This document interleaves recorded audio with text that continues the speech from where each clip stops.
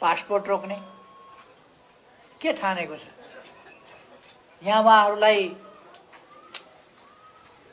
यो हाहुको सरकारलाई देश जिम्मा लगाइदिएर हामी विदेश भाग्छौँ के सोच्छ?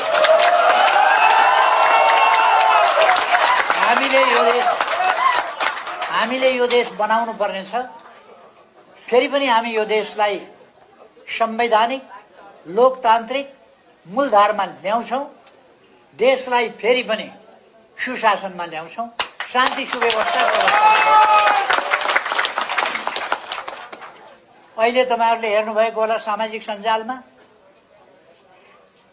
केपी ओलीको घर नयाँ घर भनेर लोकेट गरेर यहाँबाट यति मिनेटमा पैदल पुगिन्छ, यति मिनेटमा गाडीमा पुगिन्छ, सबै हमला गर्न जाउँ। घर तोकिएको छ, देखाइएको छ। सरकार के हेरेर बसेको छ, के गर्दैछ?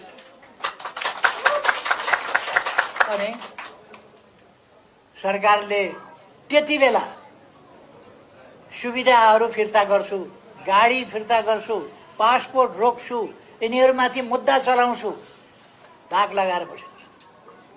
सरकारका केही कर्तव्य हुन्छन् कि हुँदैनन् म सोध्न चाहन्छु। सरकारमा हुनेहरूले सुविधा चाहिएन, सुरक्षा दिनुपर्छ कि पर्दैन?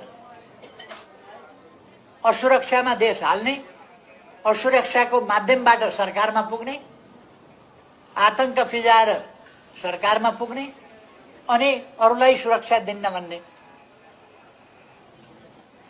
यो कुन तरिका हो? खैर, म भन्न चाहन्छु मौसम पनि सधैँ एकनासका रहँदैन।